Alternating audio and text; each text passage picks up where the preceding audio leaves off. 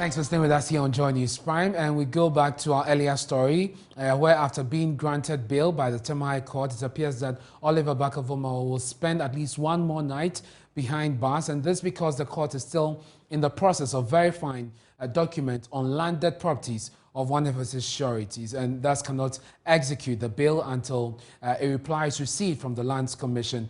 Mr. Vormawor has been granted bail of 2 million cedis with 2 sureties, but the Fix the Country conveners or the leaders of the group say the state is frustrating the process. Let's go on to Zoom now and get some legal education on this process. We're joined by private legal practitioner Martin Kpebu. And Mr. Kpebu, thank you so much for your time here on Joy News Prime. This is a process that you're very familiar with. What happens once you're granted bail? What are you required to do in order to enjoy what the court has granted you? Great. Okay, so when the judge gives the conditions of bail, so call it like the contract, the accused or suspect has to fulfill them. So in this case, we had 2 million Ghana cedis with 2 sureties, one to be justified. So the one that says to be justified is what's causing the tension now. Yeah. So to be justified generally means that the accused, that the person who is to stand surety, so in this case, the surety rather, has to demonstrate to the court registrar, so that's the administrator of the court, that he has 2 million. He's worth at least 2 million. How does he do this? Often he can use his landed property, but it's not always about landed property. If he has treasury bills, he can do so. If he has the money in his account, he can produce his bank statement, and so on and so forth. Or if he has cars, a number of cars that put together are worth more than at least 2 million, he can produce the vehicle document. Yes, and now you see the good thing is that the judicial system is improving. So now the verification is being made far more efficient.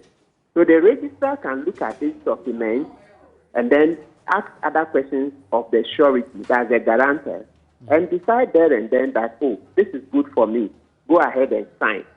So it's very important for us to point out that it's no longer the case that by hook or by crook, the registrar has to write to the Lands Commission, which can take weeks before he gets confirmation from the Lands Commission that this document is registered in the name of Mr. X. No, it's no longer a requirement. The judicial system is saying that it was one of the main causes of delay in execution of bail. So they've made changes in the system. There's a practice direction that gives the registrar the discretion to look at the document, ask some questions, go and verify, ask the bailiff. Of course, the registrar will be too busy to go to all those places. So you can ask the court bailiff to go and look at the building, take a picture, so many other ways. And the registrar will say, I'm satisfied that, yes, this is okay, and then go ahead and execute the bail bond so that the accused, in this case, Oliver, can go home. So this is not a very complicated process. So seeing the development on this Oliver case, are the fears expressed by the Fix the Country leaders, founded? Well, yeah, we cannot rule them out because in practice, we've seen situations where sometimes the court grants bail, and then for so many reasons, the police investigator will say he has other assignments, so he's not able to go and verify the residence of the surety and all that, and so it can cause a delay.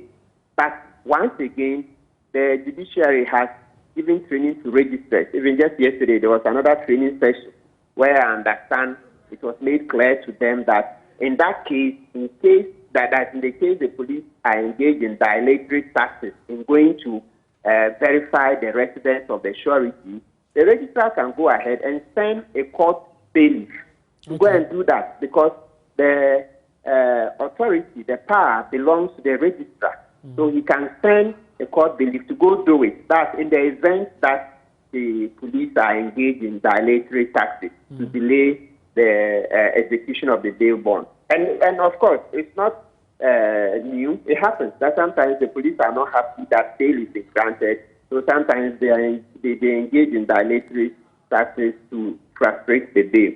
But of course, in a democracy, we don't want to sanction such behavior. And so in the event that this goes on much longer than you anticipate, what options are there for the lawyers, for instance? Yes, so the lawyers can apply to the court for a review of the conditions. Yes, so that, yes, there are times that is what the lawyers do. So if you see that the police are frustrating the bail execution, you go back to court and apply for variation so that the terms are changed. Because remember, it's a contract that the accused is going to sign, he and his sureties, before he's released. So you go and say, oh, my lord, the terms of this contract are such that the police are frustrating it. Can we vary? Can you kindly vary for us? Maybe give us other terms, you know. That will be done in such a way as to take away the mischief. And is it always the case that the court would say that the sureties must be within the jurisdiction of the court? Jurisdiction, no, not always the case. It depends. And also, let's clarify the use of the word jurisdiction here. For high court, there is only one high court in Ghana, but with several branches, so to speak. So for the high court, the whole of Ghana is its jurisdiction. So unless maybe for some peculiar reasons the judge says that, oh, I want the surety to be resident in Accra. Otherwise, there is no rule that bars a surety who is resident in Nkoko or Bolga from standing surety. But why would any judge want to do that? What will go into such consideration? Yes, so that's what I said, depend on the peculiar fact of the case.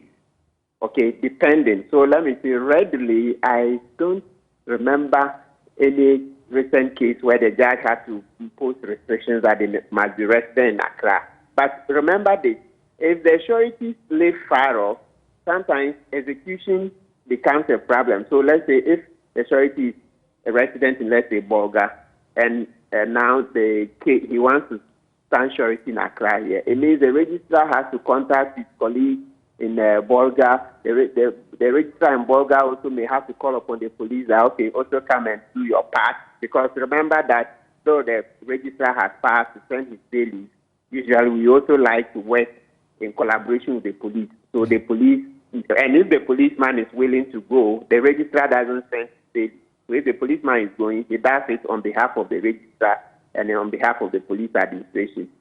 So what I'm saying is that, so if it's Bolga, I mean, they now have to place calls and people have to go and check. So sometimes placing calls and getting feedback, that may result in some delay. Very well.